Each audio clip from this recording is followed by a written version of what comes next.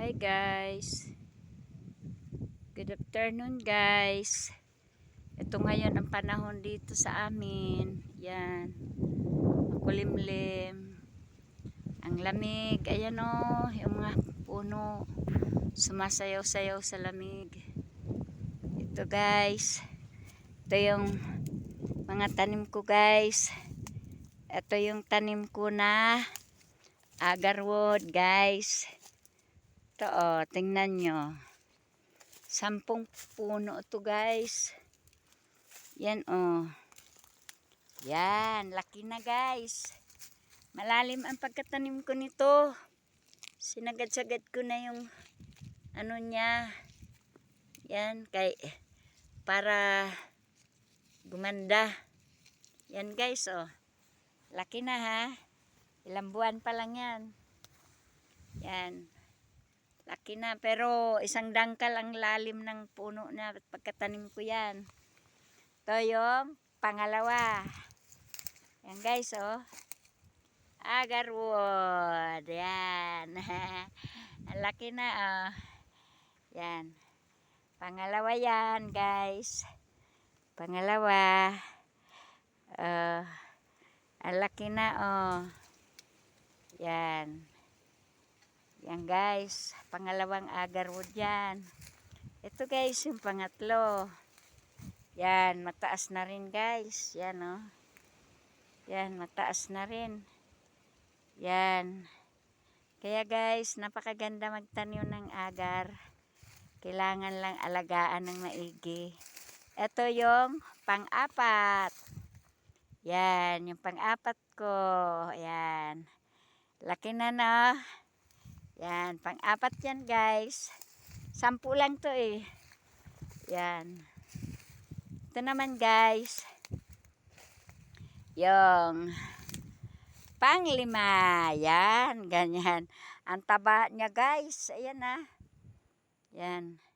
Pang-5. Kaya lang nanibago sila guys. Kasi paglipat ko sa kanila galing sa plastic. Malakas ang hangin, kaya yung talbos niya, ayan o, nasasaktan yung talbos, yan. Yan, pang-5 na yan guys. Eto pang-6, nabansot guys. Yan, nabansot. Kasi, bakit nabansot guys? Ang ugat niya pala, pinuluputan ng plastic guys. Hindi ko napansin. Pinunla ko siya. May pulupot palang plastic sa ilalim. Bukod sa naisababaw na plastic, mayroon pa sa ilalim nakapulupot sa ugat niya. Nagtaka ako guys, bakit hindi tumutubo ito? Samantala mga kasama niya, lalaki na. Kaya siniyasat ko yung ugat niya, baka may insekto. Naku, ugat pala guys, nakapulupot. Yan guys, pang-6 na yan. Pang-6. Ito naman guys, pang-7. Yehey! Yehey! Laki na guys. Ayan o. Pang-7. Nung binili yan ng anak ko, ganyan lang o. Tatatlong dahon lang. Ganyan lang o. Tatatlong dahon lang o. Yan. Ngayon, ang laki na niya. Nakabaon na isang dangkal ang puno niyan. Para matibay siya, yan. Pang-7. Eto guys. Pang-8. Yehe. Yan, laki oh. Laki na, pang-8 na yan. Guys, pang-8. Eto naman, pang-9. Yan, taba. Ang taba din niya. Pang-9 na, pang-9 na yan. Ito naman guys, pang-10.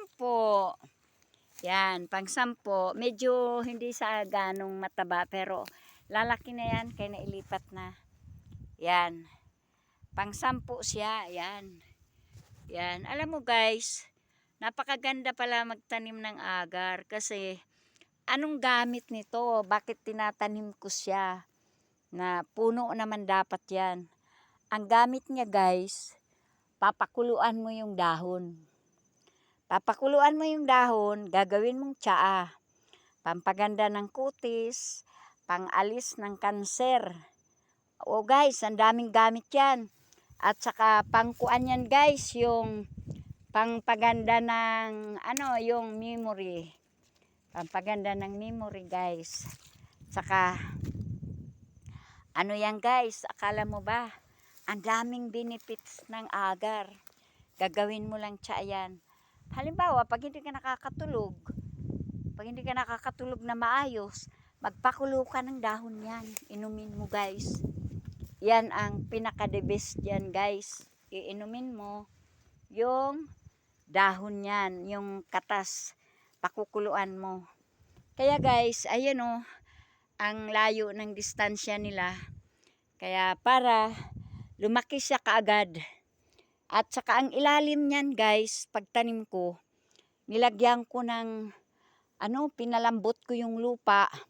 Tapos guys, pagpalambot ko ng lupa, bakudang ko siya guys ng bulok na dayami. Bago ko pa inilapag yung agar wood.